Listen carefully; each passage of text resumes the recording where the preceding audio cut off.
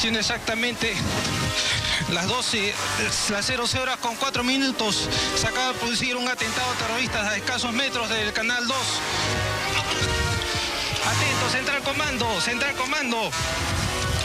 Central Comando, apoyo, Central Comando. Apoyo urgente aquí a Canal 2, Avenida Salaberry, personas heridas. Avanzamos. Pepete. Avenida Salaberry, Canal 2, local Canal 2, personas heridas, apoyo urgente.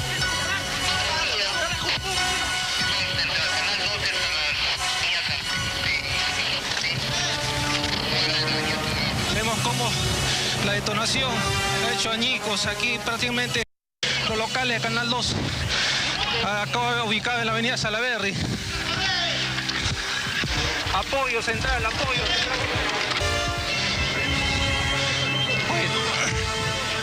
Está muerto.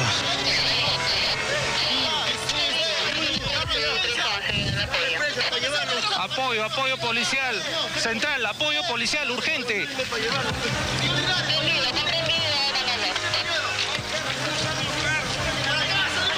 Vemos cómo las personas, algunas heridas y colegas de Canal 2, vienen siendo trasladadas a un nosocomio. Estamos pidiendo apoyo a los bomberos para que con las unidades paramédicas se dirijan hasta este lugar. La detonación ha dejado prácticamente en añicos este local ubicado en la Avenida Salaberry.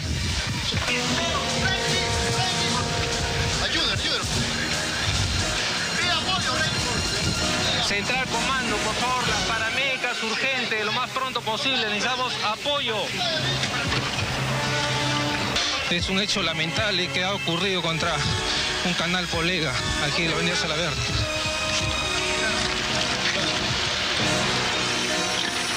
Prácticamente la desesperación entre los colegas es latente. El señor Ricardo Müller se ha hecho presente hasta este lugar, también viene indagando los daños ocasionados por este coche bomba.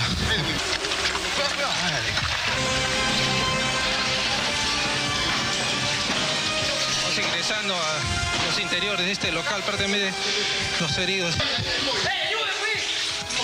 Ale.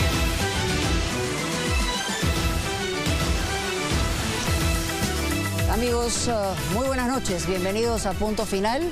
Y lo que veíamos como contexto es evidentemente lo que fue este golpe, esta tragedia en el corazón de lo que en ese momento se denominaba Frecuencia 2. Aquí en el canal donde estamos, que después pudo resurgir de las cenizas. Esto fue el 5 de junio del año 92. Tuvimos que llorar muertos, empezando por Alejandro Pérez, colega periodista, director y productor periodístico, y 2 vigilantes que dieron la voz de alerta minutos antes de que se empotrara un camión que había sido robado 2 horas antes de la Marina, repleto de anfo y de dinamita. Sabemos bien, en el corazón de nuestra plataforma informativa, lo que es la tragedia y la responsabilidad de Sendero Luminoso. Sabemos perfectamente lo que fue para todos los trabajadores de este canal que este desgraciado, de este personaje funesto que ayer dejó de existir, pero no sabemos si lo ha hecho Sendero Luminoso, pero por lo menos Abimael Guzmán dejó de existir. Nosotros salimos fortalecidos de este espíritu que invadió nuestro país por casi 20 años. Hoy se cumplía 29 años de la captura de Abimael Guzmán. Hoy hemos visto lo que Sendero fue capaz de hacerle a los peruanos. Y recordamos también Lucanamarca, Soras, recordamos Tarata, recordamos que alrededor del 70% de los asesinatos que perpetró Sendero Luminoso fue contra la gente más pobre, contra los campesinos, y por supuesto también aniquilaron autoridades y también murieron muchísimas personas a manos de estos sanguinarios. Importante saberlo, porque aquí no pueden haber dudas en relación a lo que fue y lo que seguirá siendo probablemente hasta exterminar el pensamiento Gonzalo. Abimael Guzmán y sus huestes. Hoy estamos aquí, en Latina, antes Frecuencia Latina, donde el canal, como dijimos, emergió de las cenizas prácticamente y evidentemente nos fortaleció y nos hizo claros en la condena al terrorismo.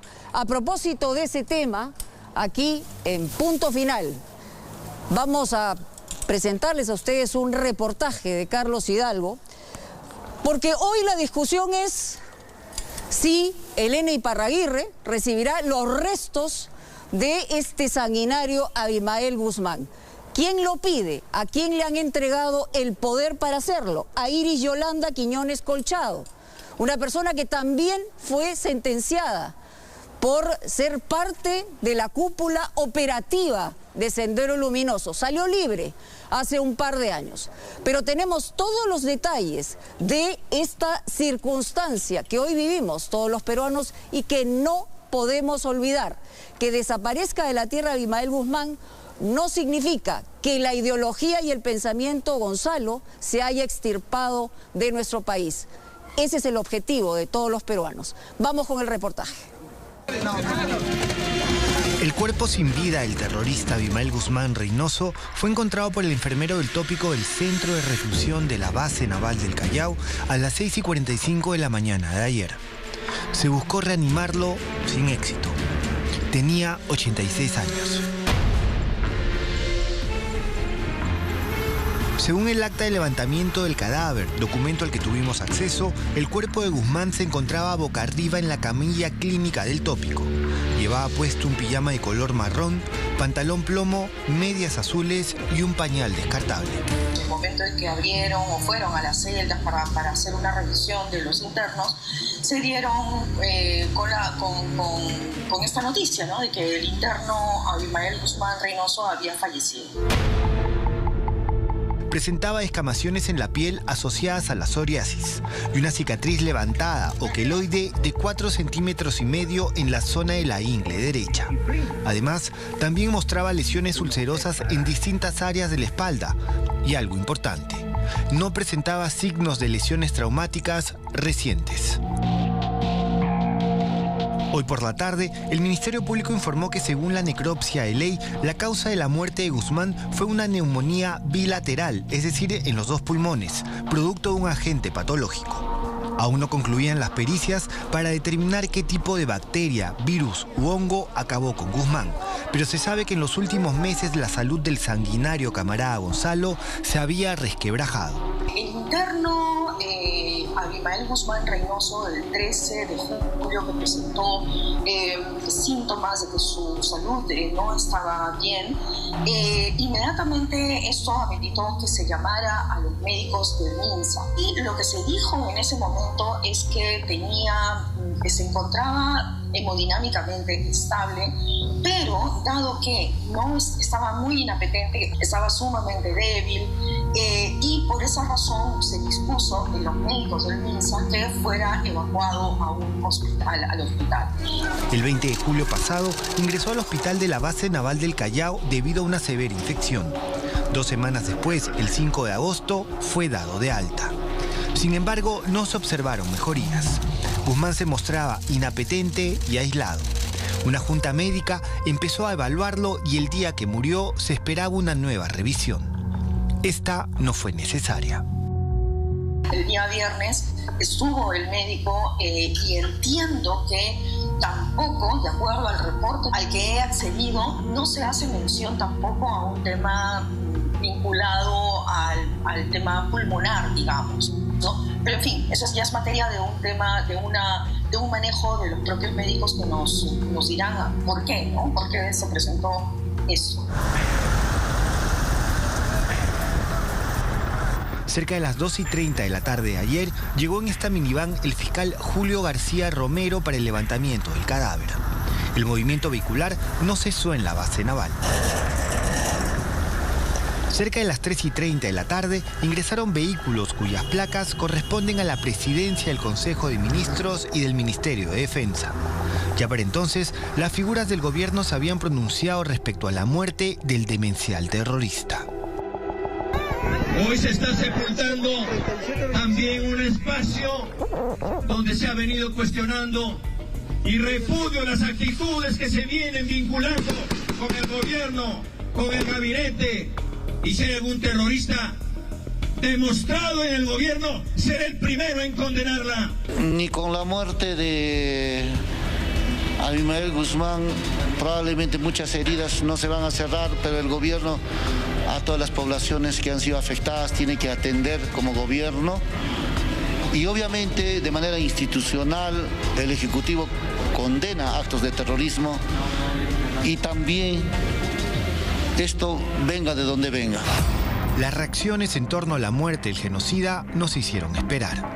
El general Miyashiro con la gente de la GI, con sus colegas, le tomó 1 año y medio y no lo mató. Lo mató una enfermedad.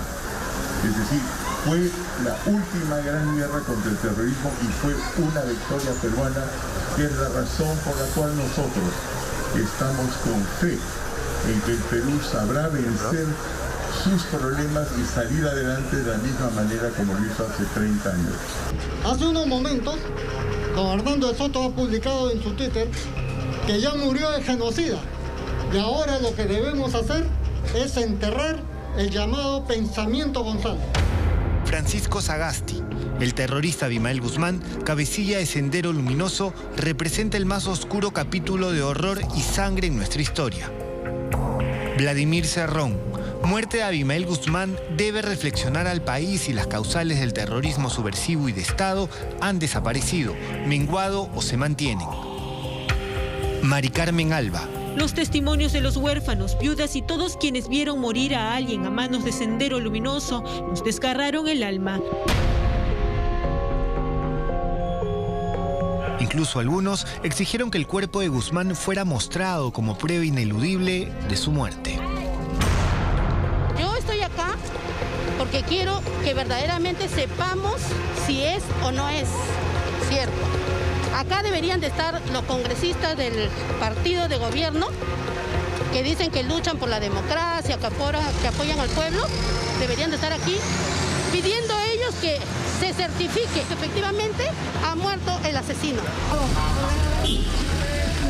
A las 5:30 de la tarde, el cuerpo de Guzmán partió rumbo a la morgue central del Callao para la necropsia de ley y una serie de exámenes que incluían el odontológico forense y el de ADN. Ya para entonces, la discusión respecto a qué hacer con el cuerpo del cabecilla terrorista era algo más que un tema de debate. Por ley tienen que entregárselo a su esposa, que es su familiar más directo. ¿Qué pedirían ustedes en todo caso? Porque está el sentido de que no incinere. ¿A quién ella designe? ¿A quién se le designa? Eso lo define su esposa.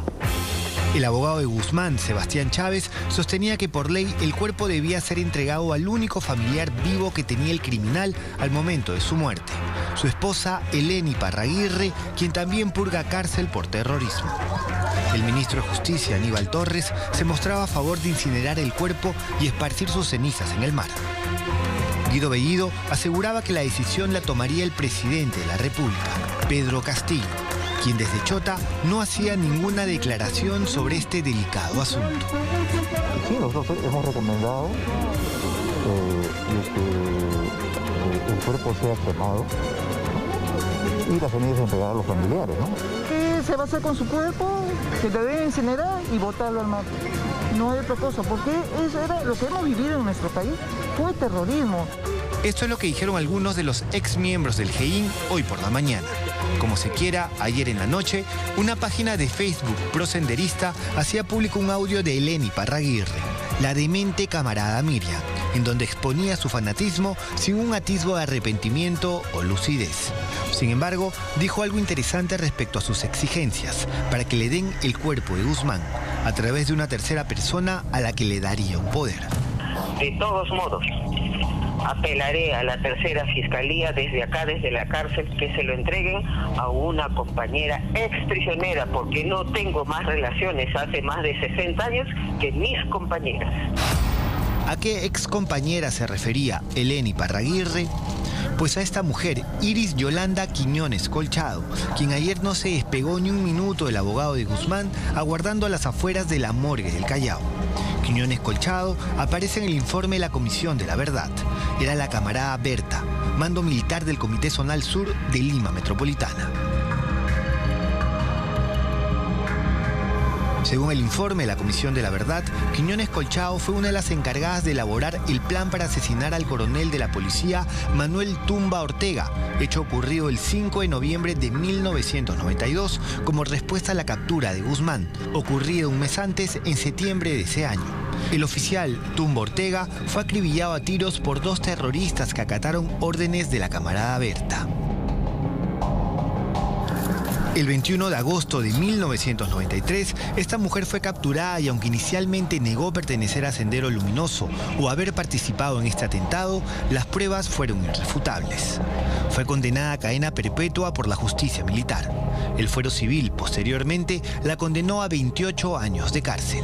Hoy se encuentra en libertad. ¿Esta persona se va a llevar el cuerpo? Va a tener que dar usted y lo va a tener que enterrar. Se tiene que enterrar. ¿Ya se ha definido el sitio donde va a ser enterrado el señor Guzmán? No lo sé todavía, no lo sé. ¿Cuándo se tendría más o menos una definición de eso? Cuando nos entreguen, entiéndole. ¿A qué hora sería la entrega del cuerpo?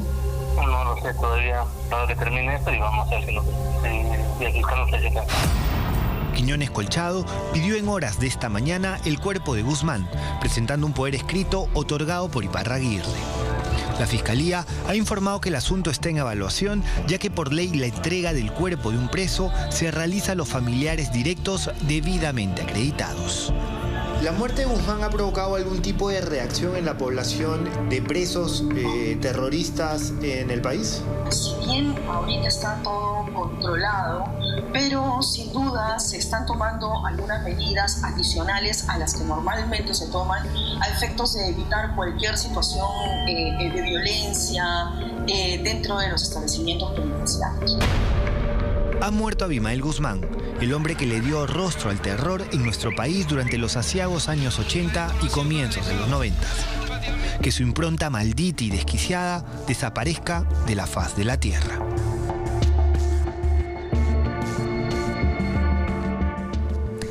Bueno, lo último de la información es que ya en la morgue, incluso la Policía Nacional ha reconocido el cuerpo del sanguinario Abimael Guzmán. Pero 2 cosas importantes en el reportaje de Carlos Hidalgo. Iris Yolanda Quiñones Colchado, que como hemos dicho fue sentenciada a 28 años, salió de la cárcel. Según Elena Iparraguirre, le ha dado todos los poderes para que le entreguen el cadáver. El gobierno, a través de sus voceros, ha dicho que la Fiscalía se encargue, pero lo cierto es que se puede invocar, según nos han dicho los expertos, los abogados, invocarse el estado de necesidad para no entregarlo o finalmente entregarlo en cenizas. Lo que se tiene que evitar es, como ha dicho también el doctor Pérez Guadalupe, que se revictimice a la cantidad, a los miles de peruanos que murieron por la responsabilidad directa de la cúpula de Sendero Luminoso encabezada por Abimael Guzmán. Eso el gobierno lo tiene que tomar en cuenta. Vamos a ver qué cosa dispone la Fiscalía y en todo caso qué hace el gobierno frente a esta circunstancia. Pero para aquellas generaciones que no tienen idea de quién fue Abimael Guzmán, vamos a decírselo clarito aquí en Punto Final, en un reportaje de Ángel Arroyo.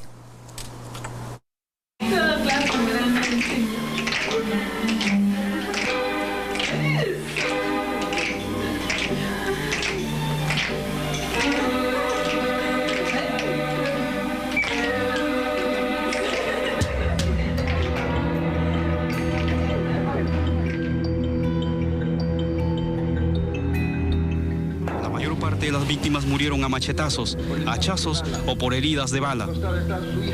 Solo hay un cuerpo que no ha quedado destruido en su totalidad. Es el del vigilante del IND, quedó mutilado en su mano izquierda.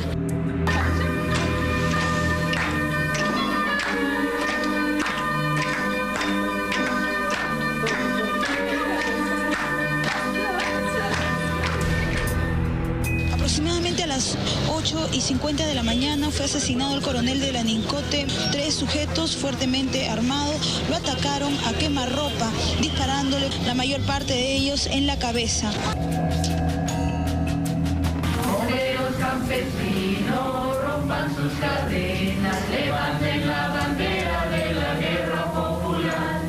Manuel Rubén Abimael Guzmán Reynoso, el genocida más sanguinario de la historia de nuestro país, líder del grupo terrorista Sendero Luminoso, autor de decenas de miles de asesinatos que dejó millones de soles en pérdidas materiales, que regó desolación, destrucción y una escalada de atentados con coche bomba en todo el territorio, murió a los 86 años. Es el cruce de la avenida Araníbar. Esto es Santa Beatriz. Se acaba de producir un atentado, hay 3 heridos, 4 heridos. Esto es increíble. Los delincuentes subversivos han colocado una potente carga explosiva en el interior de un vehículo, el cual al detonar ha ocasionado daños materiales de consideración. Como consecuencia de este atentado, cerca de 5 personas han fallecido. Por lo menos un transeúnte murió y varios resultaron con graves heridas esta noche al hacer explosión. Un auto cargado con explosivos en la cuadra 6 de la avenida José Pardo, en el distrito de Miraflores. Guzmán Reynoso, el fundador del grupo criminal Sendero Luminoso, falleció en la base naval del Callao, su lugar de encierro, donde pasó los últimos 29 años de su vida.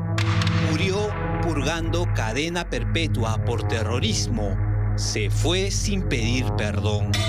En ese momento pensaba en Dios nomás, que Él nos había salvado y que le había dicho, corazón de Jesús, levántanos, para el camino, enséñame el camino para llegar. Pero después me enteré de que el cuarto piso toditos habían muerto. El también llamado camarada Gonzalo, en su intento por convertirse en la cuarta espada del comunismo mundial, atacó al Estado y a los ciudadanos en los 80 y 90, años en los que los asesinatos selectivos, las matanzas de poblaciones altoandinas, las torturas, violaciones y las voladuras de torres de electricidad eran cosa de todos los días. Murió tras 29 años de encierro. Acá hay otro coche. Se está elevando un tanque. Acá hay otro coche de gasolina. Un niño. Están saliendo del edificio donde se encuentra el carro.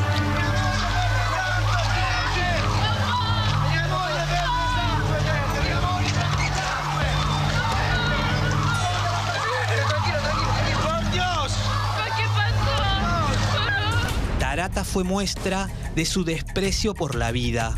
A las 9:15 de la noche del 16 de julio de 1992, un coche bomba con 500 kilos de dinamita explotó en la segunda cuadra de la calle Tarata, en el distrito limeño de Miraflores. Murieron 25 personas.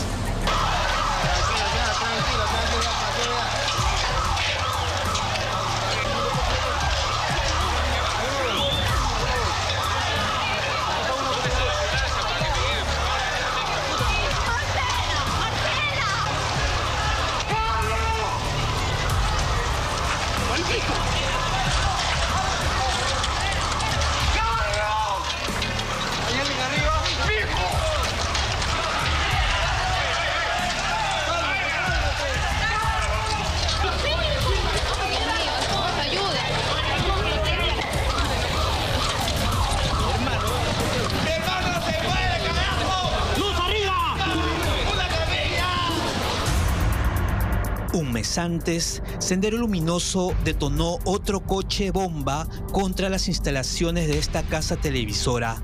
El hecho ocurrió el 5 de junio de 1992 y dejó 3 fallecidos. Las 00:04 se acaba de producir un atentado terrorista a escasos metros del Canal 2. Atento, Central Comando. Apoyo urgente aquí a Canal 2, Avenida Salaberry, personas heridas. Avanzamos. Pepete, Avenida Salaberry, Canal 2, local Canal 2, personas heridas, apoyo urgente.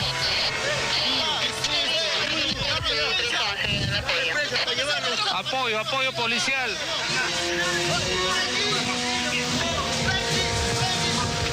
Ayúdanos.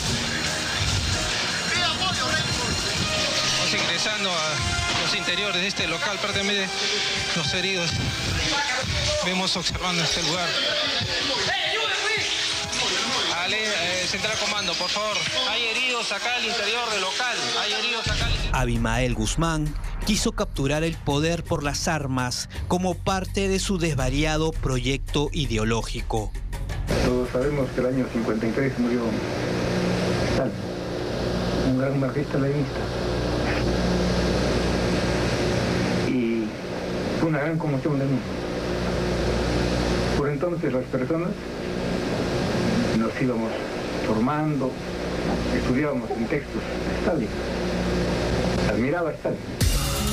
Él y Sendero Luminoso son responsables de más de 35.000 muertes en el país, 1.450 casos de tortura y 81 violaciones sexuales entre 1980 y 1992.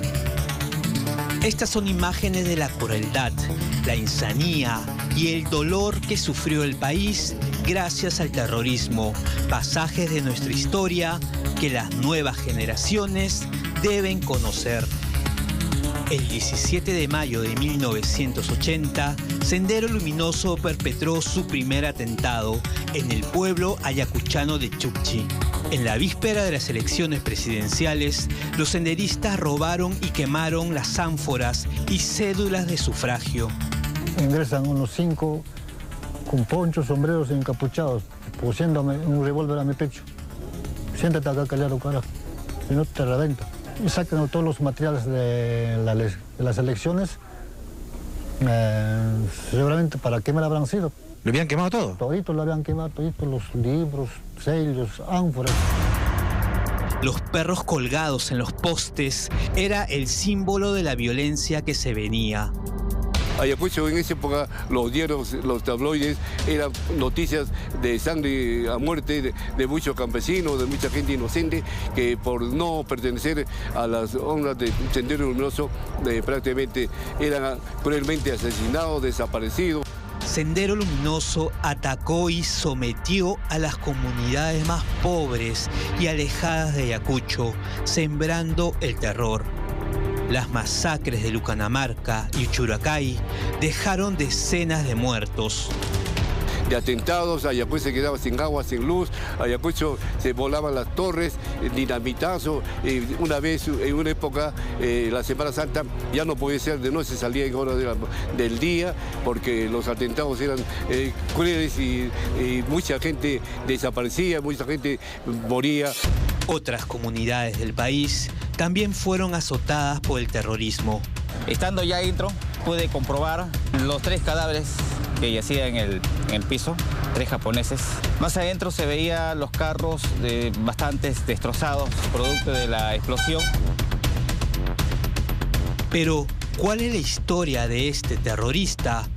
Nació en la hacienda del Arenal en Mollendo, Arequipa, el 3 de diciembre de 1934. Su padre fue Abimael Guzmán Silva y su madre, Berenice Reynoso.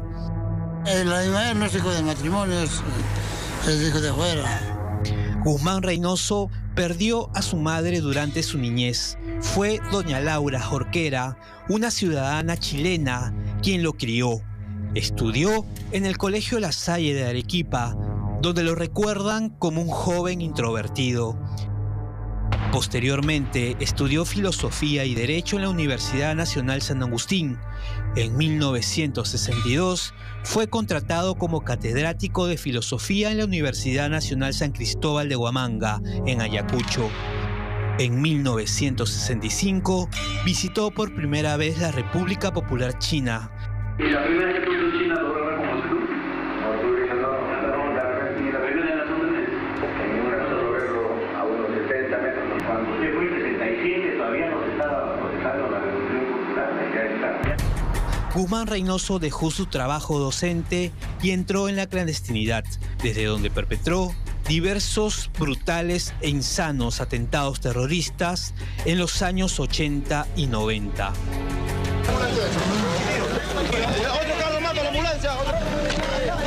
A las 5:55 de la mañana, elementos subversivos han colocado un potente coche bomba aproximadamente unos 120 kilos.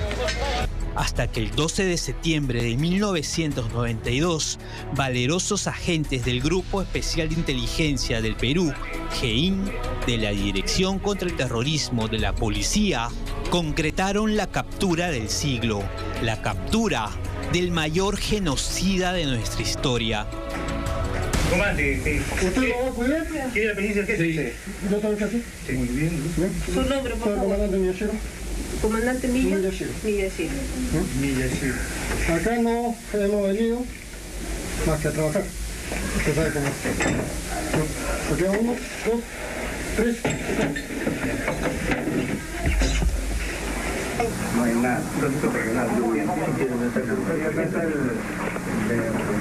Hay que le papeles, ¿no? Y yo voy a evitar. No lo toques, no lo toques. Yo lo puedo hacer. Sabe hacerlo. Yo lo puedo hacer. Nadie lo toca. El lugar donde se encontraba fue el domicilio del número 459 de la calle 1 en Surquillo. La basura y los restos de cigarrillos y medicinas fueron las pistas que siguió la policía para encontrarlo. Al fin y al cabo al hombre le pueden quitar las cosas, menos lo que tiene acá. Así es. A nadie. Así lo maten. Y si uno muere, esto quedan los demás. Y eso nunca se va a borrar. Fue la derrota del genocida. ¿Qué puede responder por los 25.000 muertos?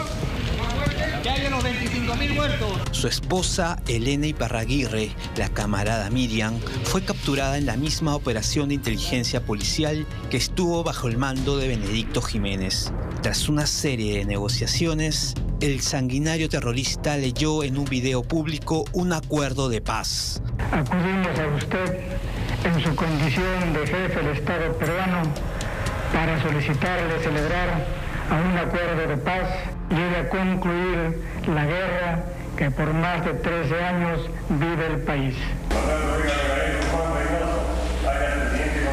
Un tribunal sin rostro de la justicia militar lo condenó a cadena perpetua. Luego esa sentencia fue anulada y el Poder Judicial le volvió a imponer la cárcel de por vida por terrorismo. Condenando a los acusados presentes a la pena privativa de la libertad de cadena perpetua.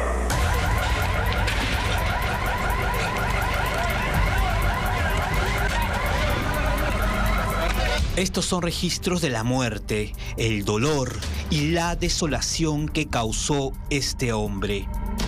Queda en nosotros no ser cómplices, que el terror no vuelva a someter a nuestro Perú. Están saliendo del edificio donde se encuentra el carro.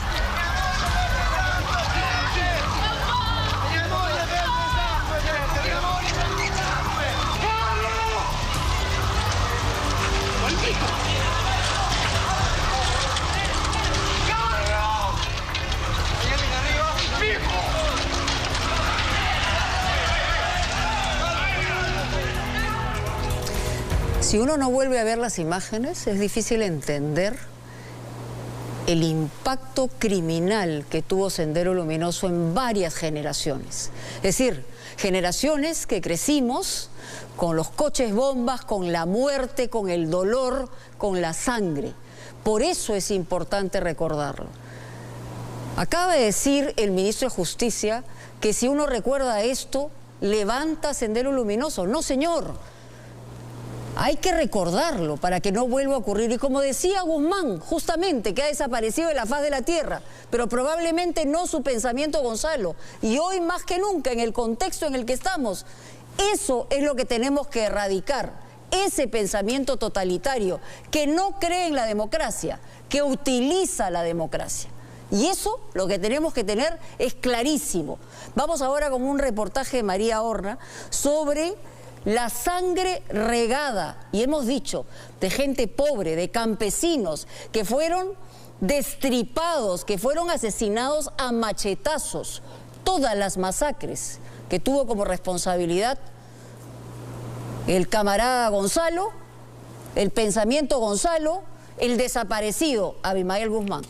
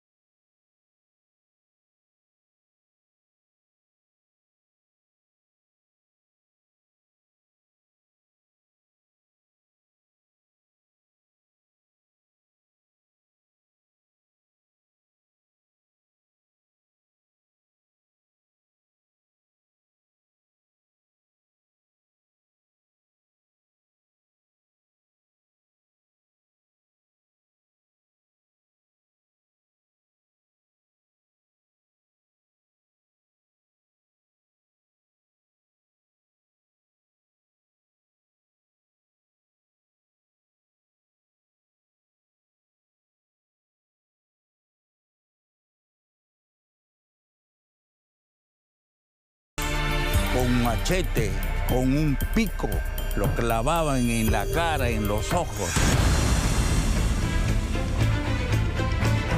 La noche del 17 de mayo de 1980, Sendero Luminoso empezó su descarga de odio y terror en el poblado de Chuschi, un pequeño caserío ubicado en las entrañas de Ayacucho. Me tocan la puerta diciendo que abre, nosotros somos militares. Ingresan unos 5 con ponchos, sombreros encapuchados, pusiéndome un revólver a mi pecho. Siéntate acá, callado, carajo, si no te revento. Y sacan todos los materiales de las elecciones. Seguramente para qué me la habrán sido.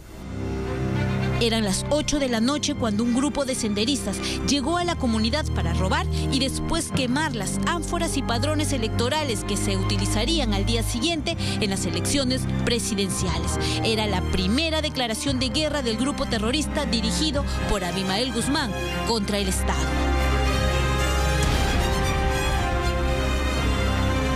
Mi mamá, mi padre político, mis hermanas 2, mi cuñado 2, mi sobrinita 4 y mi esposo también en la plaza. Todo hay matado. ¿Cómo los mataron, señora? Con hacha, senderista. Evenciona Huancahuari tenía 36 años cuando logró escapar de la masacre senderista que desangró y asesinó a machetazos a 69 pobladores del distrito de Lucanamarca en Ayacucho. Sus padres, hermanos y sobrinos fueron degollados mientras ella y sus 4 hijos huían aterrados después de ser testigos del odio sanguinario de Sendero Luminoso. Esto creo que ha sido una venganza. ¿Por qué? Porque ha sido una venganza, es por haber que lo han muerto a Olegario Curitumay. Eso era el líder, era nuestro paisano. Porque bien claro dijo uno de ellos, dijo, ese hombre valía por 100 personas y 100 van a morir, dijo, pues. El 22 de marzo de 1983, los pobladores de Lucanamarca, cansados de los abusos de Sendero Luminoso, capturaron a Olegario Curitumay, un cabecilla de la cúpula de Abimael Guzmán. Este terrorista fue llevado a la plaza de armas donde murió linchado por la población. 15 días después, 200 senderistas armados con machetes y cuchillos llegaron al pueblo para desatar una sanguinaria venganza. Mis heridas son de bala, de hacha, así. Por ejemplo, esto que le veo acá. Bala es hacha. Frente a la iglesia de Lucanamarca, 69 pobladores, entre hombres, mujeres y niños, fueron asesinados a machetazos y hachazos en la cabeza. Me levanté a las 5 de la mañana. Estaban bajando a todos los muertos de la joya. Los dejaban en ponchos. Había niños que lloraban, sus madres que lloraban porque sus esposos habían muerto. Fui a la plaza. En la plaza estaban varios muertos tirados, los que habían muerto en el carro. La sanguinaria ideología que Abimael Guzmán buscaba imponer en Ayacucho también fue rechazada por los pobladores de 25 comunidades aledañas al distrito de Sora. Ante esta sublevación, el sanguinario camarada Gonzalo ordenó ejecutar la peor de las masacres. Un bus de la empresa Expreso Cabalino que cubría la ruta de Lima-Soras en Ayacucho fue secuestrado con 17 personas a bordo. 40 senderistas vestidos de policías dirigidos por el camarada José Víctor Quispe Palomino abordaron el bus en Lucanas. Los terroristas no solo asesinaron a los pasajeros en el camino, su venganza también fue cubriendo de sangre durante la ruta de 5 caseríos. Y nuevamente seguía el carro y llegaron a Palja, también mataron a la gente campesina del terrorismo, ¿no? Llegaron a 12 corrales, entonces ahí también encontraron un grupo de señores, también lo mataron, lo cerraron en la casa y lo torturaron y lo mataron a todo, ¿no? a toda la comunidad. En un solo día, los terroristas asesinaron sin piedad a 117 personas.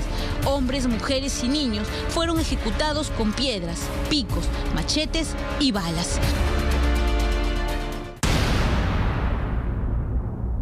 Que el pueblo de Villa El Salvador se va a levantar, compañeras. Nos levantaremos, compañeros, porque no tenemos miedo a nadie, compañeras. Estamos dispuestas a entregar nuestra vida, compañeras. Una mujer que salió en defensa de los pobres contra las huestes de Sendero Luminoso fue la lideresa popular María Elena Moyano. Ella salía con su grupo de mujeres a hacerle frente a Sendero, a mostrar cómo su pueblo rechazaba su violencia, su discurso de odio y sus asesinatos. Pero como siempre, los secuaces de Abimael Guzmán apelaron a la única arma que manejaban con destreza, el asesinato. Eran las 3 de la tarde, en una loza deportiva en Villa El Salvador. María Elena Moyano, a pesar de estar amenazada de muerte, llegó para apoyar la actividad destinada a recaudar fondos para las madres de su comunidad. De pronto, se escucharon 2 disparos en los exteriores del local. Un grupo de 15 personas ingresó y una mujer disparó contra ella 2 balazos. Luego arrastró su cuerpo hacia la calle y lo dinamitó con 5 kilos de explosivos. Al ser dinamitada, la teniente alcaldesa murió instantáneamente, mientras que su cuerpo ha quedado repartido por este parque que se encuentra en las inmediaciones del local comunal.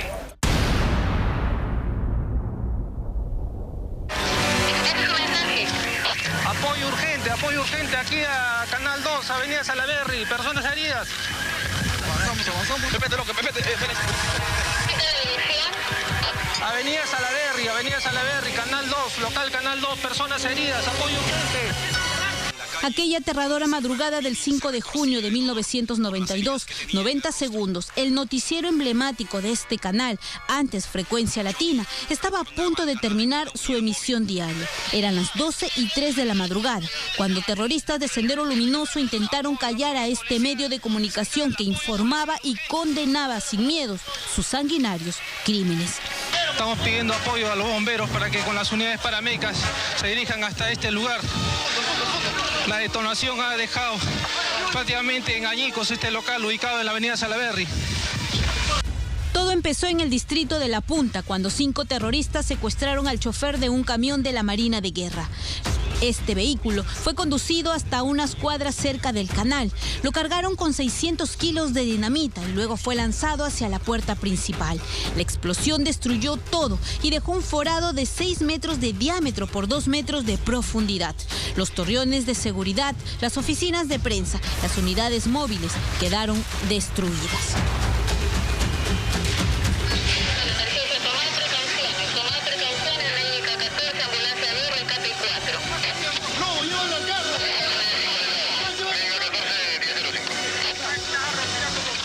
Alejandro Pérez, productor de 90 segundos, y los vigilantes Javier Requis y Teddy Hidalgo murieron por el atentado, que dejó más de 20 heridos y decenas de edificios y viviendas destruidas. Estuve al lado de Alejandro Pérez, que es mi colaborador más cercano, que se murió a un costado. Por esas cosas del destino, y a mí no me pasó nada, porque fuimos alarmados. Pero Alejandro no está muerto, está vivo. Mañana me va a decir don Ricardo, nos tomamos un traguito. Me lo va a decir mañana. Me va a decir, Alejandro me va a decir con qué empiezo el noticiero. Me lo vas a decir.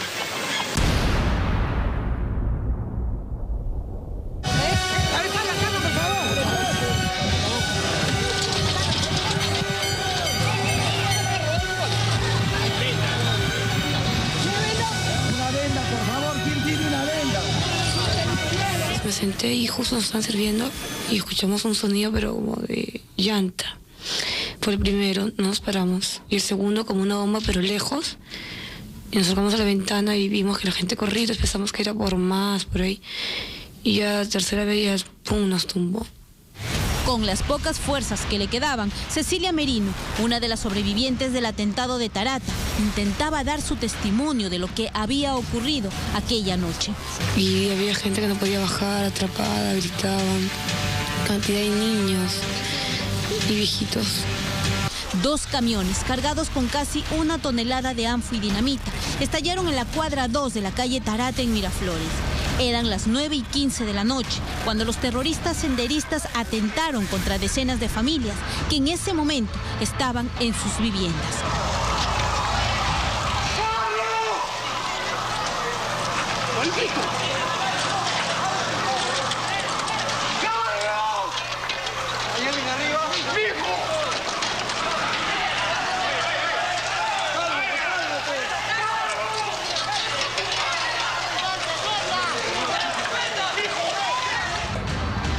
El sanguinario ataque le quitó la vida a 25 personas, dejó 250 heridos y 5 desaparecidos, la noche del 16 de julio de 1992.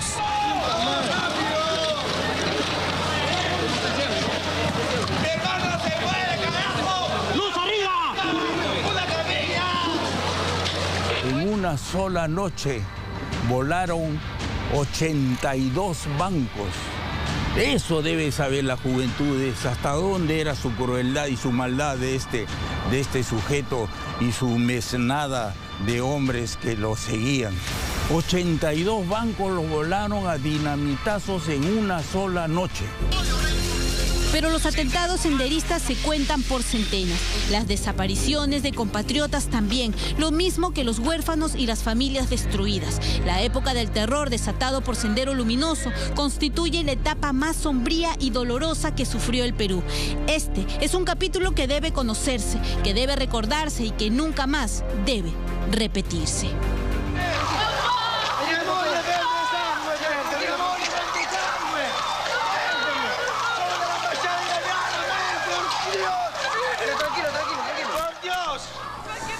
Pero como hemos dicho, la captura de Abimael Guzmán fue una derrota militar a Sendero Luminoso.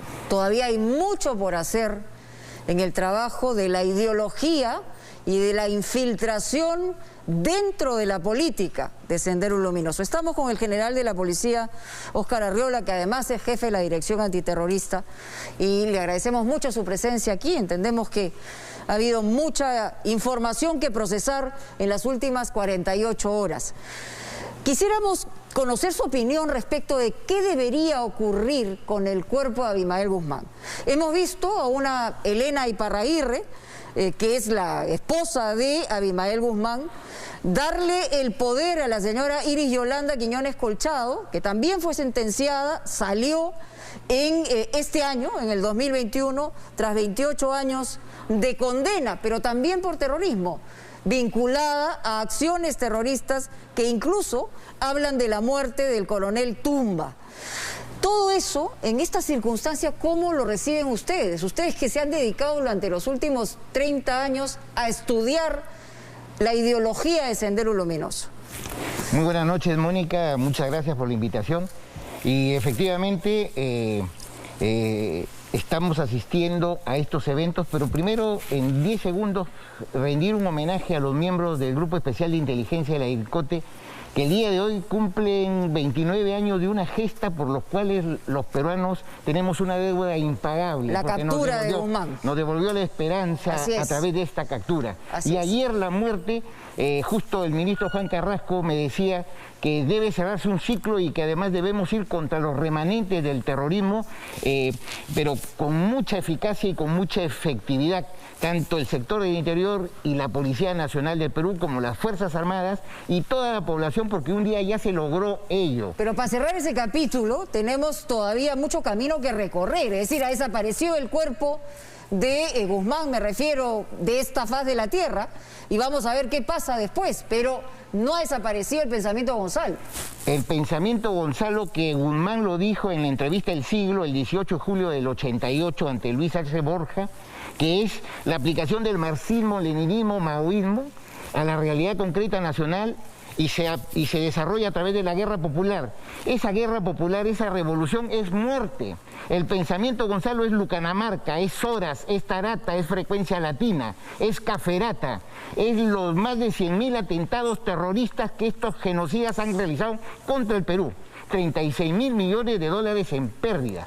Y además Guzmán se va con una deuda porque no pagó la reparación civil de 3.600 millones de soles en la sentencia a cadena perpetua, en una de las cadenas perpetuas porque tiene otra de Tarata, y además a él le impusieron una reparación civil de 250.000 soles por cada miembro heredero de los deudos de Lucanamarca. Pero contestando tu pregunta inicial, sí, pues, estamos ahorita en la disyuntiva, y bueno, yo tengo una autorización para contestar la importancia de esta captura de Sendero y la situación actual de Sendero Luminoso, pero la situación actual de Sendero Luminoso es ver qué va a pasar en la sucesión de esta jefatura. Así es, ¿a dónde pasa el mando? Porque como como hemos dicho, no ha muerto el pensamiento de Gonzalo, ni mucho menos. No se han arrepentido. Van, digamos, siguen una línea distinta y paralela a una lucha armada que está, digamos, penetrando en distintos niveles, político, el sector de educación, etcétera, etcétera. Y cada acto es sumamente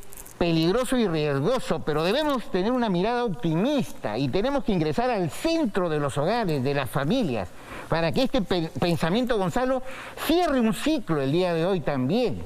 Y eso es posible con los peruanos de bien. Los peruanos de bien tenemos la obligación de formar a nuestros hijos para decirles que la pobreza o la falta de oportunidades o las desigualdades no se arreglan quitando la vida, despreciando la vida, asesinando a las personas. Bueno, lo que hacía Sendero era agudizar justamente las contradicciones, la guerra entre pobres y ricos, que al final terminó siendo parte de las víctimas. Es decir, la mayor cantidad de muertes de Sendero fue precisamente a la gente más pobre. Más pobre y campesina de Ayacucho que hechohablante, por el amor de Dios.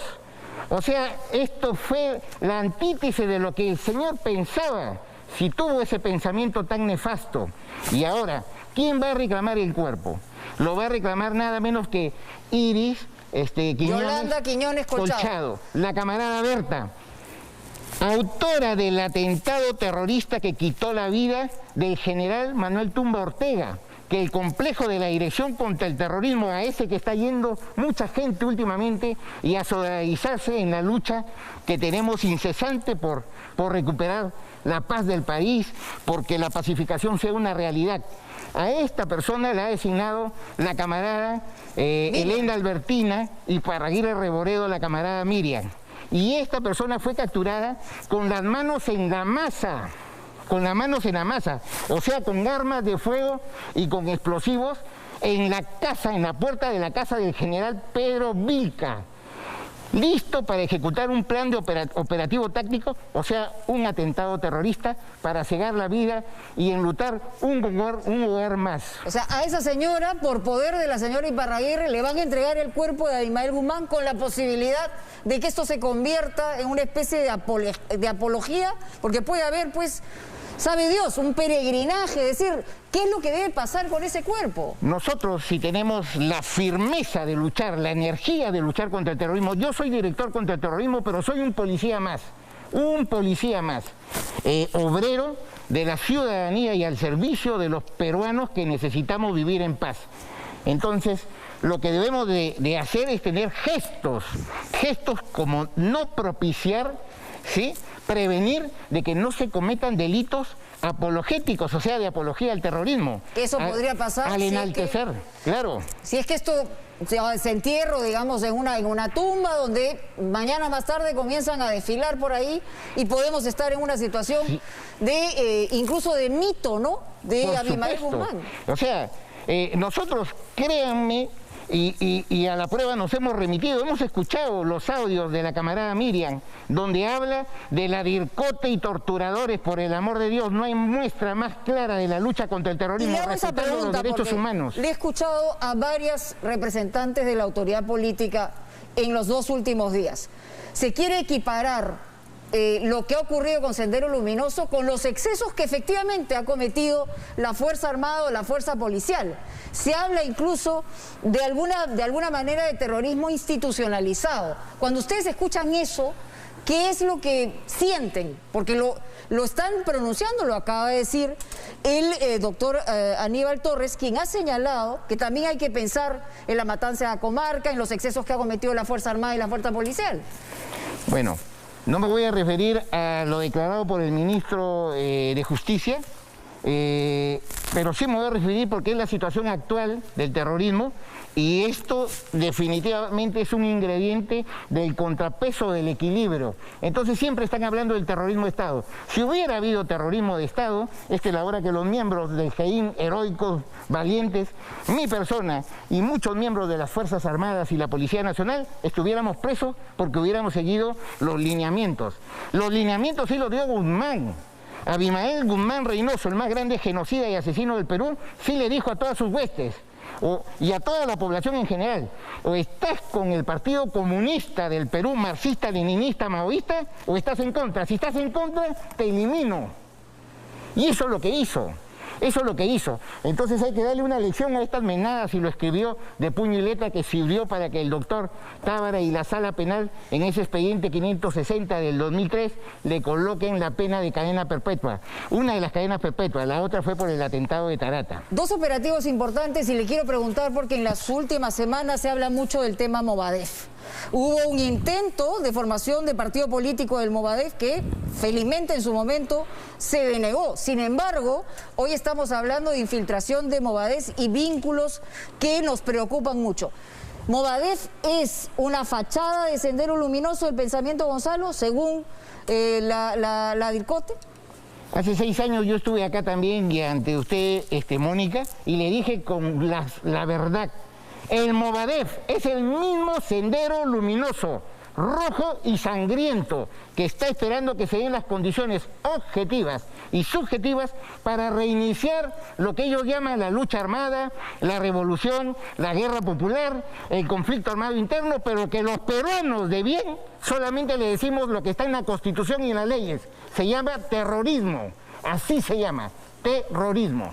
Y ustedes han tenido dos operativos importantes, Perseo y Olimpo, y han encontrado documentación muy importante sobre el tema Movadef.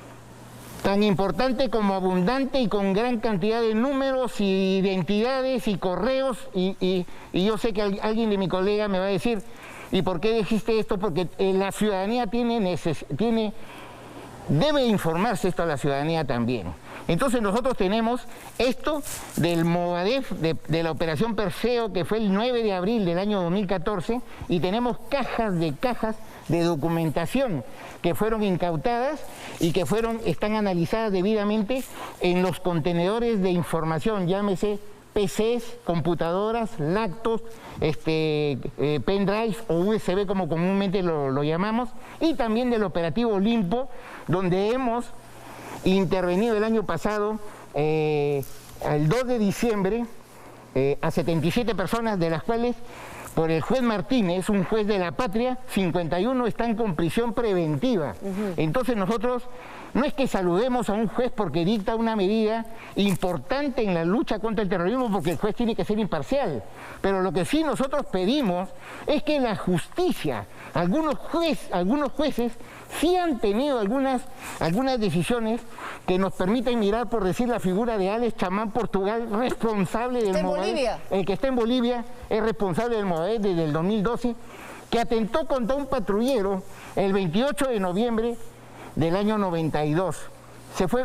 La policía mata al compañero, abate en un enfrentamiento válido, constitucional, defendiendo al pueblo peruano de esta lacra del terrorismo. General.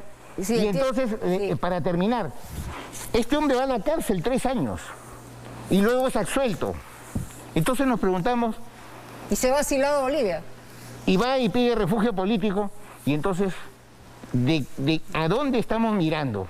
Debemos unirnos los peruanos con mucho optimismo para cerrar este ciclo, como me decía el ministro del Interior, Juan Carrasco, y el comandante general de la policía me decía, transmite que hay que cerrar el ciclo. Pero ¿cómo lo cerramos? Para finalizar, como reflexión final, porque hacía unos días salieron a preguntar con la fotografía de Abimael Guzmán y los jóvenes no tenían la menor idea de quién era. Bueno, si tenemos la vocación, la convicción, el deseo de vivir en paz por la libertad y por la democracia, todos debemos ponernos de acuerdo. Nosotros, los padres de familia, los profesores en los colegios, en los institutos, en las universidades, y hablar las cosas como son.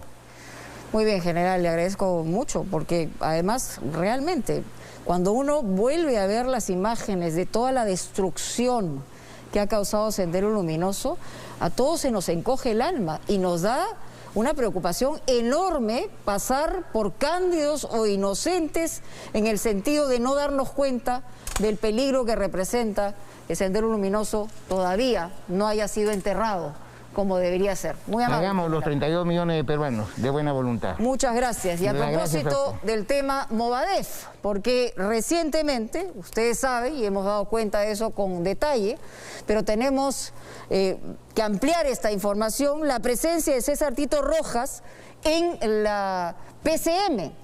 Ángel Arroyo encontró más detalles vinculados precisamente a este personaje, a quien se le señala como fundador de Movadef y los vínculos que tiene evidentemente como este brazo político de Sendero Luminoso. Hoy más que nunca cuentan los detalles. Vamos con el reportaje. Señor César, ¿cuál ha sido el motivo de su reunión con el señor ¿Qué hacía un fundador del Movadef, el brazo político de Sendero Luminoso, participando de una reunión, nada menos que en la presidencia del Consejo de Ministros? Señor, ¿por qué su gente se pone así? Señor César. Esta semana, la irrupción de César Tito Rojas, un sindicalista puneño que ha sido investigado por terrorismo, ha causado revuelo político. Pero ¿quién es este personaje del que hoy el gobierno de Pedro Castillo intenta desmarcarse? Su nombre figura en diversas investigaciones realizadas por la Dirección contra el Terrorismo de la Policía, aunque él nunca haya sido condenado por ello. Pero vamos a combatir y no permitir su implementación.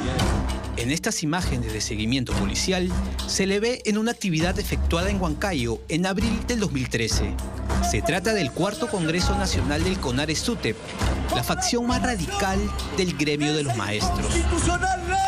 Al lado de Tito participan excarcelados terroristas de la organización criminal que lideró Abimael Guzmán, como Miguel Ángel Canales Cermeño, Dax Cicinio Medina Flores y Estela Flor Guillermo Álvarez.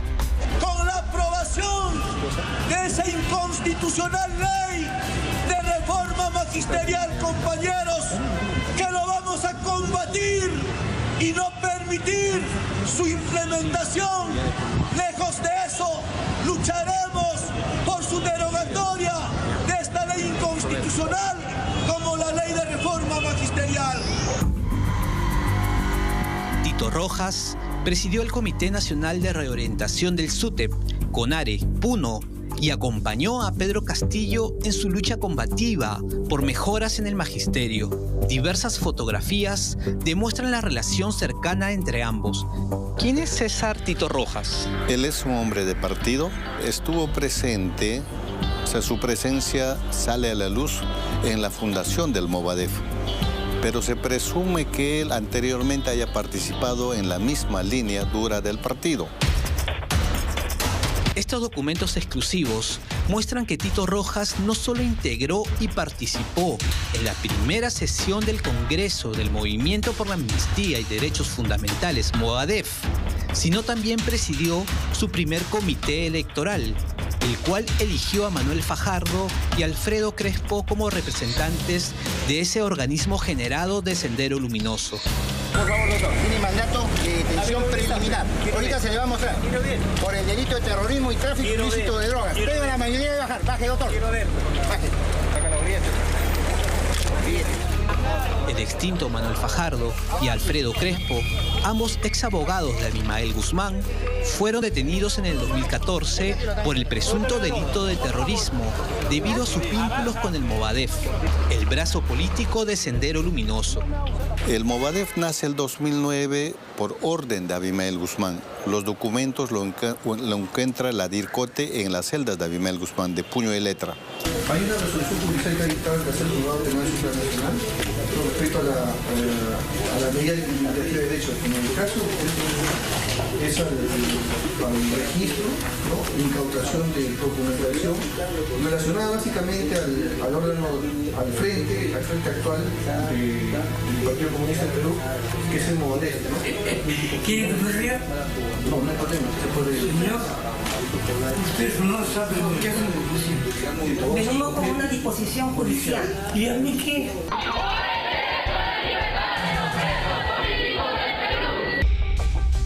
El Movadef propugna la liberación de los que denomina presos políticos, quienes no son otra cosa que senderistas encarcelados por sembrar el terror en el país. Debemos nosotros, en nuestro caso, nos hemos planteado contra esa legislación antiterrorista, contra el derecho penal del enemigo, contra la criminalización de la protesta popular, una nueva constitución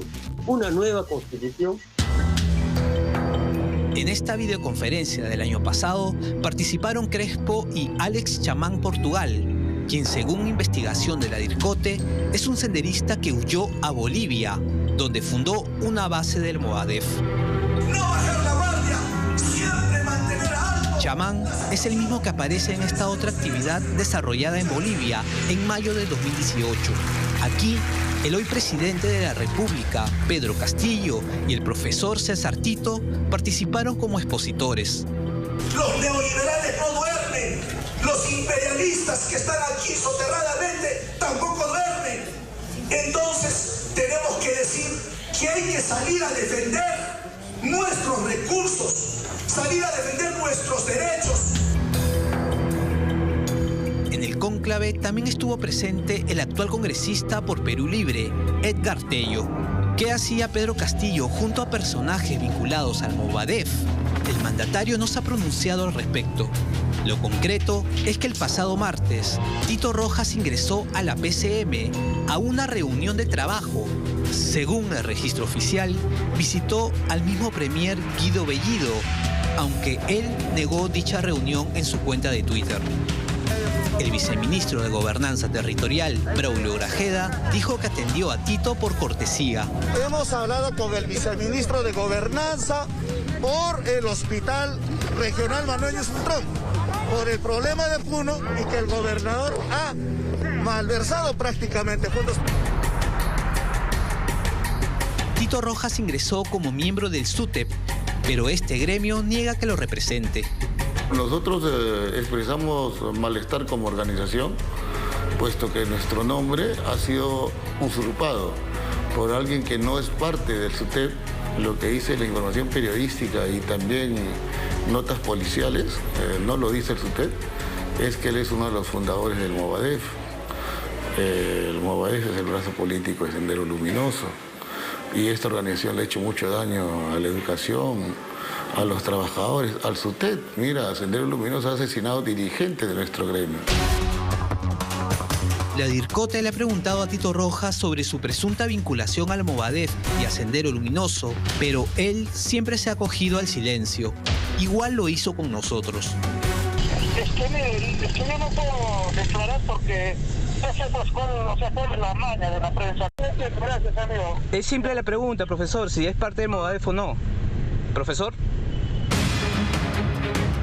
Si bien los ojos estuvieron centrados en César Tito, él no es el único personaje vinculado al Movadef que haya pisado una oficina del actual gobierno. Efectivamente yo firmé el planillón del Movadef. Mary Coila Ramírez, quien aparece en estos documentos presentados por el Movadef ante el Jurado Nacional de Elecciones, registra visitas al Congreso de la República y al Ministerio de Educación. ¿En virtud de qué son estas visitas? Queríamos conocer. Al Ministerio de Educación en mi calidad fue de dirigente de la Senatep Tacna. ¿Y al despacho del congresista Tello? También como dirigente magisterial. También como responsable del partido, presidente del partido político magisterial y popular, ¿no?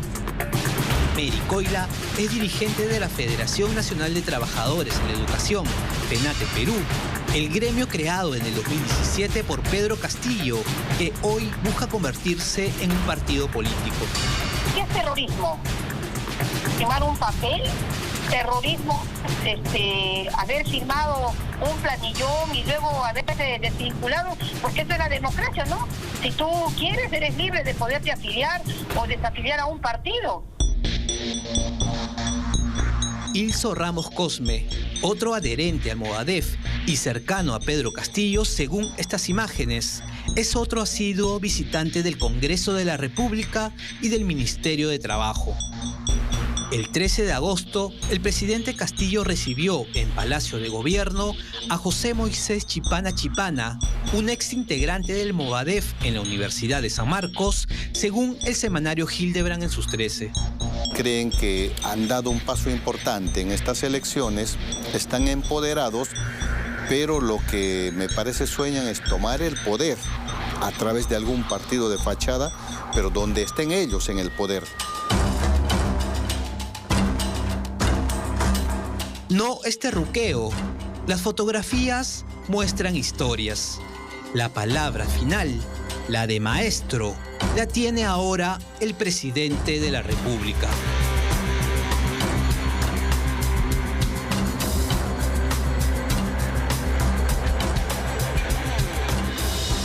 Importante escuchar contundencia en esa palabra de maestro. A propósito, dos informaciones importantes también. Una, que el abogado y fundador de Movadef, Crespo, ha presentado un recurso a nombre de Elena Iparraguirre para que le entreguen el cuerpo, un habeas corpus. Y por el otro lado, el INPE ha anunciado que frente a las llamadas telefónicas que realizó el sábado 11 de septiembre, el día de la muerte de Guzmán, Elena Iparraguirre, se han encontrado hechos ilegales vinculados con el terrorismo y por lo tanto han vulnerado las normas de seguridad penitenciaria.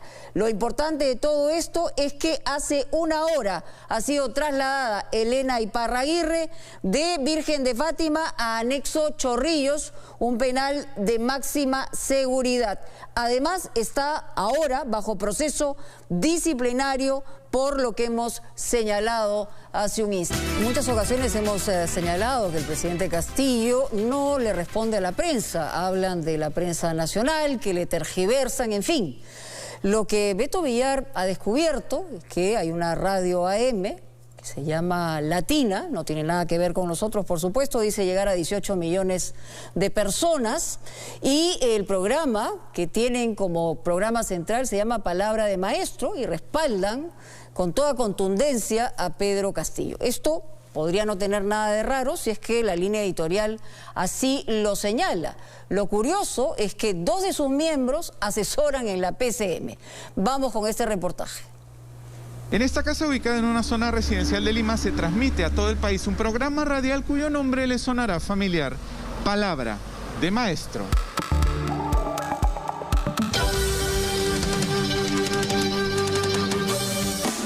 Años han pasado, 200 años de desierto cruzamos.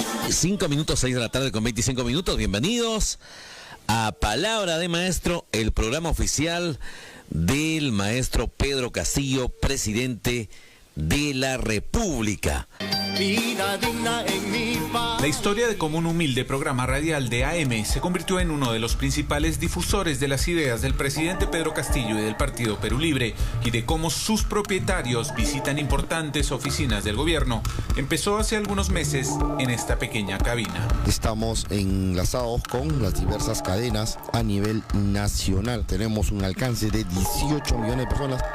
Radio Latina fue fundada por David Fernando Caballero Llanos, abogado y periodista, dueño de otra emisora y de un canal de televisión en Iquitos, y cuya autorización fue gestionada por su empresa Radio Disco S.A.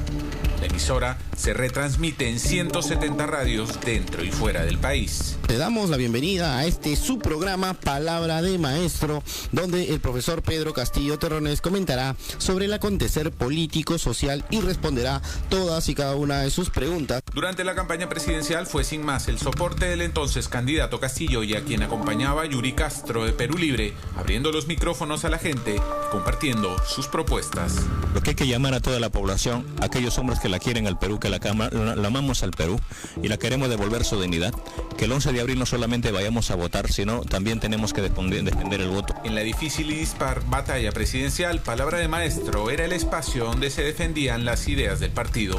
Nos han dicho terroristas, nos han dicho que somos de Sendero, nos han dicho que somos del Movadef. Yo no sé de dónde han sacado eso, se lo han inventado al profe. Y no solo eso, también se acusaban golpes en la movediza arena política.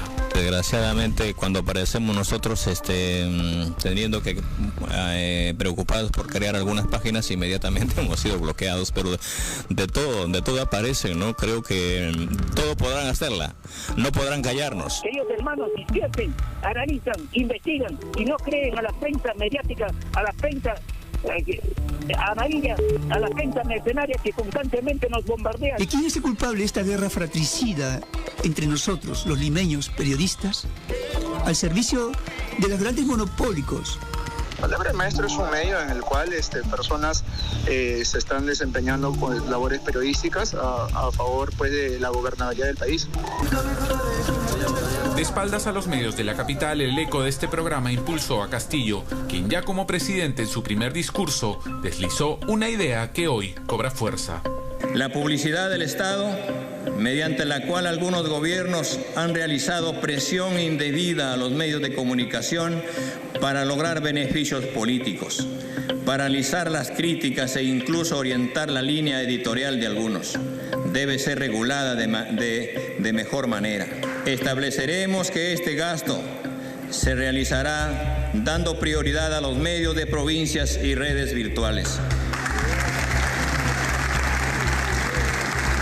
Luego, como ya sabemos, vino el silencio, su incapacidad para responder preguntas, su forma, a veces agresiva, de mantener a raya a la prensa. En el silencio también hay rasgos autoritarios, no solo el que grita, el que mangonea, el que manda, el que manipula con la voz, puede ser autoritario, el que se calle también, porque cree que no está obligado a rendir cuentas.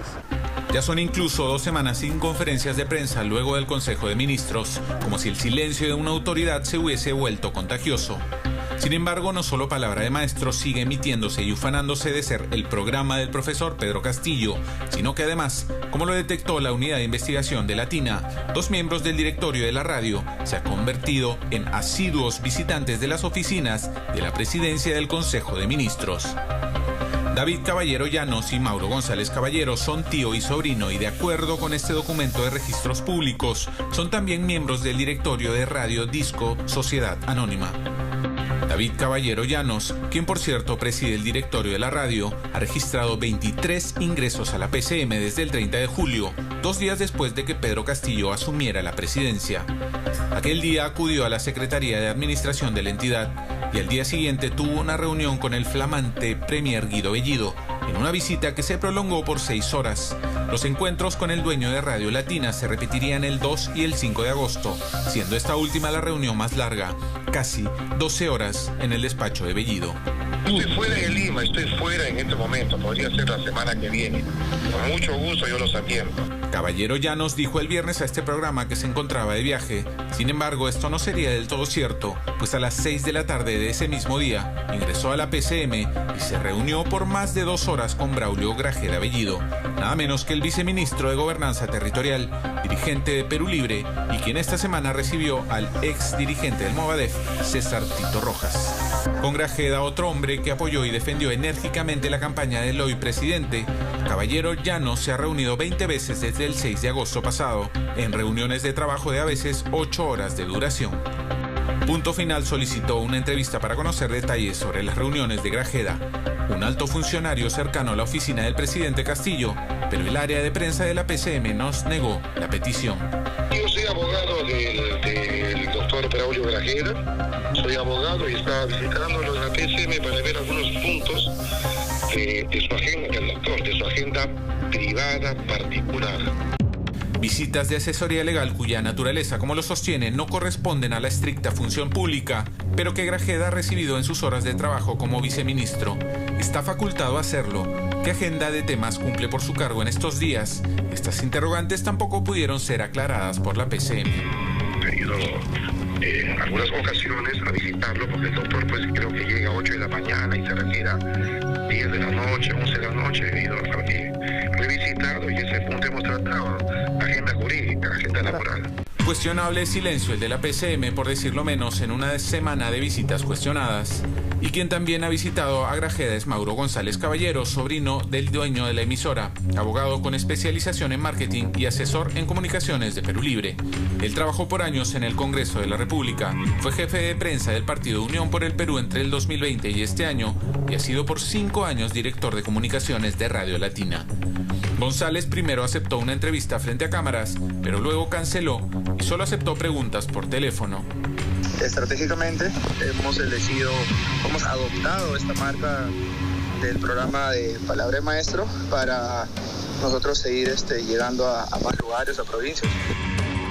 Lo dice un hombre con una clara conexión con el gobierno y el partido del lápiz y quien el 2 de agosto, el mismo día que su tío, visitó al premier Guido Bellido en la PCM. Yo soy abogado del ministro y tengo carrera tanto de Derecho como Administración. ¿Y en qué caso específico es Mauro? son temas personales del vice. ¿No podría ser un poco más específico sobre el tema? Habría que preguntar al vice. No tengo autorizado. Asesorarlo en temas de comunicación también, imagen, laborales, sí. ¿Recibes un sueldo por eso? No, en lo absoluto. En lo absoluto. Dos personajes que han impulsado un programa que hoy mantiene cierta conexión con Pedro Castillo y que sin duda podría llevar a confusión al radio escucha. Palabra del Maestro es un programa netamente de la radio. Como te dije, ha sido tan bueno durante la campaña que cuando acabó la campaña nosotros lo hemos adoptado y hemos decidido seguir con el programa. ¿Es el programa oficial del profesor Pedro Castillo? Oficial no, es un programa que se difunde en la emisora. Es un programa que se difunde en la emisora ya hace ya varias semanas. Y en cualquier momento, de repente ya se puede suspender el programa porque es un tiempo que ellos van a permanecer ahí, de repente hasta fin de año, de repente hasta fines del mes de septiembre, qué sé yo. Radio Latina es uno de esos medios de comunicación a los que el presidente miraría con buenos ojos, según su discurso de 28 de julio. Este es un gobierno de un fuerte componente regional y en las regiones se han establecido muchas relaciones, allí sí, críticas y de contubernio entre autoridades y medios. Los principales soportes económicos son los gobiernos regionales, municipales, provinciales y distritales. Y eso hace que en gran parte se pierda esa libertad, esa autonomía, ¿no? Pero pienso que el mundo digital podría ofrecer alternativas de autofinanciamiento. Por lo pronto, Radio Latina no ha recibido dinero del Estado en publicidad, aunque las acciones del gobierno se difundan gratuitamente a millones de personas que sintonizan la emisora. No responder a los medios de Lima, digamos, y responder solo a los medios regionales, locales o afines, me parece que es cometer un error similar, irse al otro extremo. Yo creo que un gobierno en el Perú, un país tan diverso, plural, complejo, necesita abrir canales de comunicación. La práctica común del silencio del gobierno deja la puerta entreabierta para el cuestionamiento y la duda.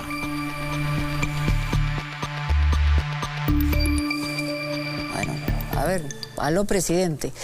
Tenemos información antes de ir a escuchar nuestros anunciantes. Se ha admitido a trámite, hablamos del recurso que ha presentado Alfredo Crespo a favor de Elena Iparraguirre ante el juez Sergio Martín Núñez Palacios, atendiendo a través de la presente demanda constitucional que se le solicita la entrega inmediata del cadáver de quien en vida fuera esposo de la beneficiaria Abimael Guzmán Reynoso. Vamos a ver finalmente qué decide el Poder Judicial. Ya regresamos.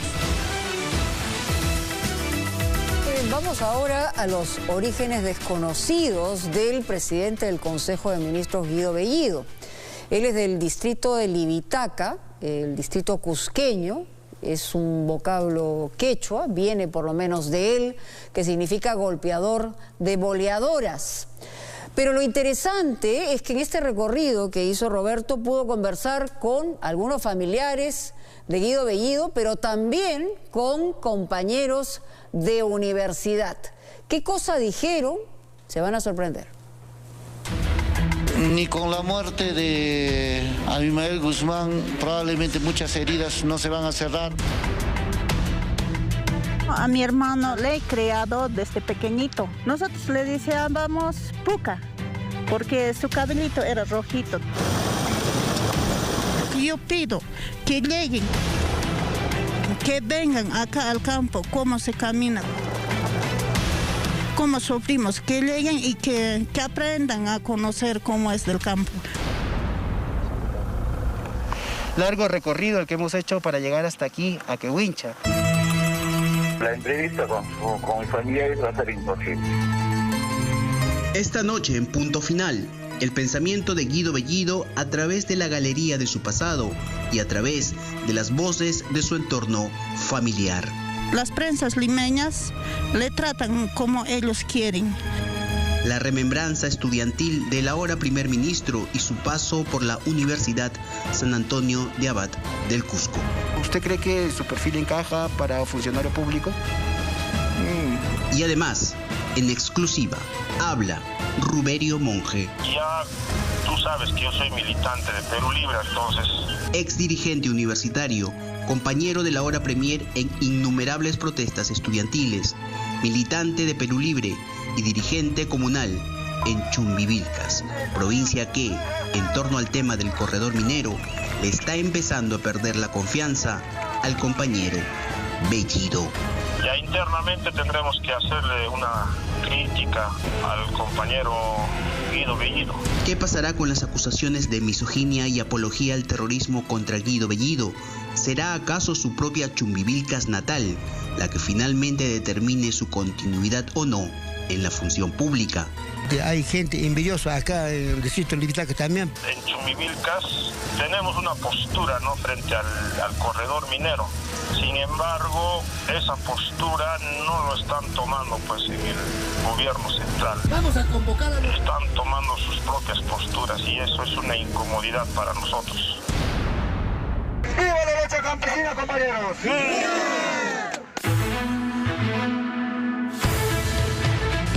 Que él quería ser un presidente, quería ser, esa vez decían diputados. ¿Tú cuándo vas a llegar? ¿Tú cuándo serías así con este trazo? ¿Llegarías? No creo, así le decíamos. Para ir a la casa de los padres de Guido Bellido hay que trasladarse desde el Cusco hasta el distrito de Libitaca, en la provincia de Chumbivilcas. El trayecto dura casi 6 horas. De allí se le suma unos 20 a 30 minutos para llegar a la comunidad campesina de Quehuincha. Largo recorrido el que hemos hecho para llegar hasta aquí, a Quehuincha. Aquí nació Guido Bellido el 7 de agosto de 1979. Aquí viven sus padres, don Ricardo Bellido y doña Nieves Ugarte. Ellos se dedican a la agricultura y a la crianza de estos cuadrúpedos lanudos que a veces suelen pelearse entre sí. Por envidia debe ser parte de Caico, creo que debe ser eso. Gente de ese gamonal, gente de plata, pues están por gusto le quieren desviar eso al mismo presidente y a mi hijo también. La voz de la familia de Bellido es, al parecer, el eco o el reflejo sonoro del pensamiento del titular de la PCM. Al menos de la prensa, ellos no saben cómo vivimos en el campo y cómo nos educamos, cómo llegamos al poder. Hace poco la familia de Bellido le abrió las puertas de sus 3 predios al periodista local Eddie Reinaga. Tú conocías ya a Guido Bellido de antes, ¿no? Sí, compartimos estudios en la misma universidad. Hemos ¿Qué universidad? sido en la San Antonio Abad del Cusco. Ajá. Hemos sido dirigentes, o hemos coincidido. Yo era dirigente del Centro Federado de mi escuela profesional y él era dirigente en la Federación Universitaria. El primer ministro tiene 2 hermanos por parte de madre, Filemón Torres Ugarte y Rebeca Torres Ugarte. Esta última señala que los periodistas, antes de hablar, deberían viajar a Quehuincha para conocer la realidad. Pido que lleguen, que vengan acá al campo, cómo se camina, cómo sufrimos, que no estén hablando sentados en el televisor, estar ahí hablando, estar difundiendo, estar agitando al pueblo, eso que no lo hagan, que vengan y que lo vean la realidad. Sin embargo, cuando viajamos a Quehuincha para conocer aquella realidad de la que hablaba Rebeca Torres Ugarte, hermana por parte de madre del premier, nos fuimos de narices. Richard Bellido Ugarte, hermano menor de Guido, había ordenado a su familia que nadie declare a lo que ellos llaman la prensa capitalina. Pero la entrevista con mi familia va a ser imposible. Largo recorrido el que hemos hecho para llegar hasta aquí, a Quehuincha. Sin embargo, el hermano de Guido Bellido, Richard Bellido, ha dado la orden a sus familiares a que no den ninguna entrevista a medios de Lima. Y es que Richard Bellido tiene una opinión sobre el deber de la prensa. La prensa, no, ya, señores, ya, dejemos de cosas, apoyemos, son los 5 años de su gestión. Y si se equivocan, se equivocan. Guido Bellido tiene 42 años de edad, tiene un hijo. Estudió Ingeniería Electrónica en la Universidad Nacional de San Antonio de Abad del Cusco. Egresó y obtuvo el grado de bachiller en el año 2015, es decir, cuando tenía 36 años de edad. Yo era secretario general de la universidad y él vino como federación y yo le dije, un momento, usted ya no es estudiante. no puede participar en el consejo universitario, porque no es estudiante. Sí, entonces usted puede ser asesor, entonces por favor, retírese. Se retiró. Ha realizado estudios de posgrado en la maestría en Economía con mención en Gestión Pública, pero al parecer no hizo su tesis para ser magíster. Bellido tampoco tiene título de ingeniero. Agradeciendo siempre a nuestro congresista, ingeniero Guido Bellido Ugarte. ¿Es muy difícil titularse? Porque el presidente del Consejo de Ministros solo tiene bachiller. No, como cualquier otro, la titulación es completamente aperturada. Es presentar una tesis, sustentarla, hacer su investigación, no es nada difícil. El nuevo rector de la Universidad San Antonio de Abad, Eleazar Crucinta, no le enseñó a Guido Bellido, pero sí lo conocía por su participación en la Federación de Estudiantes. ¿Usted cree que su perfil encaja para funcionario público? Todos los que somos universitarios, los que hemos pisado una universidad, tenemos aspiraciones, cualesquiera nuestra situación de profesión, ¿no? Entonces ya viene la preparación personal de cada uno para poder tener el perfil necesario. Perú marca, Huaycaicuna, Panaicuna. Bellido habla en quechua, pero también estudió inglés en el Instituto de Idiomas de la UNSAC, como parte de la currícula requerida.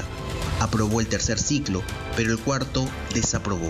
En su hoja de vida consigna como experiencia laboral haber trabajado en el INEI como asistente del coordinador local. Se sabe que para temporada de censos se ofertan trabajos temporales para realizar encuestas poblacionales. Yo he trabajado en el INEI. Cuando el pueblo se organiza, no se necesita hipotecar el país. No se necesita vincularse a hechos de corrupción. Ya, la agenda.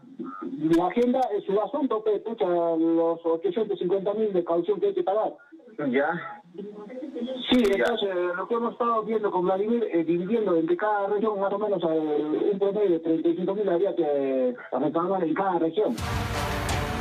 La arqueología digital de sus redes nos lleva a ver esta instantánea en la que aparece junto a una dama en el circuito mágico del agua. Su salpicado comentario al pie de esta foto fue: esa chica está mojadita, ay ay ay. Preguntas filosóficas sobre por qué quieren mariconizar a los peruanos a cualquier precio. También hay controvertidas frases sobre la policía o sobre la necesidad de retirar a la DEA del país. Un gobierno de Perú Libre, lo primero que tiene que hacer es sacar, ¿no es cierto?, la embajada norteamericana del Perú. Necesitamos inmediatamente a la DEA retirar del país. Pero el Bellido de antes no solo posteaba y avalaba frases como la de Fidel Castro, que indicaba que la revolución no necesita peluqueros, sino que también suscribía líneas del camarada Gonzalo. Hoy publica coquetos selfies dentro del ascensor y antes de salir a trabajar. En mayo de 2021, la Fiscalía contra el Terrorismo abrió una investigación contra Bellido por el presunto delito de apología del terrorismo. Edith Lagos es una senderista. ¿Estamos de acuerdo ahí? A ver, en primer lugar, creo que Edith Lagos es una peruana. ¿Qué es Sendero Luminoso? Sendero Luminoso es un conjunto, en primer lugar, de peruanos que han tomado un camino, ¿no es cierto?, con quien discrepamos. A ver, en primer lugar, han tenido acciones terroristas. Y las acciones terroristas han tenido tanto las Fuerzas Armadas y Sendero. Ayer el primer ministro tuvo que pronunciarse sobre la muerte de Abimael Guzmán. De manera institucional, el Ejecutivo condena actos de terrorismo, venga de donde venga. Las declaraciones hechas en campaña y las que realiza ahora, de acuerdo al cargo público que ostenta, tienen matices que bien podría titularse con cierto toque novelesco El extraño caso del señor ministro y el compañero Puca. Hay muchos hermanos de los diferentes sectores de este conflicto, de este terrorismo que ha existido. Hay también mujeres esterilizadas. El pasado 2 de agosto, Bellido llegó en caballo a la zona de Muyoc Orco, provincia de Chumbivilcas, y le prometió a la población una solución a sus demandas. Estos pobladores rechazan la clasificación de parte del corredor minero del sur como vía nacional. Claro, mira, nosotros hemos estado en Chumbivilcas y lo que nos han dicho es que los estaban meciendo. Sí, pues. Como dirigente comunal, Rubelio Monge tiene diversas denuncias en su contra. Sin embargo, rechaza tener vínculos con el Movadef y niega haber ido a la PCM. Dice que la mesa técnica planteada por Bellido está abordando temas que son función del Estado, pero no está viendo el problema principal, que es, según indica, la anulación del corredor minero. Claro, ahora que te den obras, que te construyan carreteritas, hospitales, escuelas, son cosas funcionales, ¿no? Claro. Pero el problema del corredor minero no lo resuelve. La situación en esta zona del Cusco es todavía tensa y digamos que así como Napoleón tuvo su Waterloo, Bellido podría tener sus Chumbivilcas. Mira cuánto tiempo a la derecha le han dado, cuánto tiempo le han dejado y por qué no han hecho con ellos así. Y ahora dicen, vamos a continuar. No es pues así, compañeros. Es que el partido de la provincia de Chumbivilcas, la base provincial, tiene una postura frente a ese problema, pero esa postura no está escuchando el compañero Guido. Semanas después de la denuncia de la congresista Patricia Chirinos, el jefe del gabinete fue condecorado por su trabajo a favor de las mujeres. La congresista de Avanza País contó que el ahora premier le sugirió que se case. Ella le respondió que ya fue soltera, casada y viuda. El comentario de Bellido, según Chirinos, fue: solo falta que te violen. Hoy día lo han condecorado a Guido por su desempeño a favor de la lucha contra la mujer. ¿Has visto? No vi todavía. Richard Bellido nos contó que le habían informado que estábamos buscando a una chica que declararía en contra de su hermano. Información errónea. Nunca buscamos a dama alguna, pero su comentario en medio de estos campos de fértil agricultura nos sembró la duda de que algo se podría estar escondiendo en este bello e inescrutable ombligo del mundo.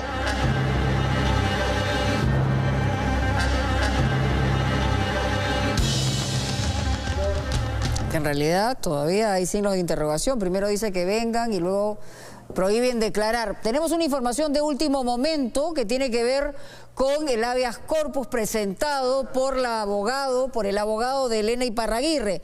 En sumarísimo proceso, la Corte del Callao ha declarado inadmisible el pedido de Elena Iparraguirre para entregarle el cuerpo de Abimael Guzmán. En el caso, dice, los fundamentos se basan en conjeturas y suposiciones de lo que ocurriría más adelante, por lo cual el órgano jurisdiccional no consideró argumentos suficientes que evidencien una vulneración a la integridad personal ni a la libertad religiosa de Iparraguirre Reynoso. Así están las cosas. Ya regresamos.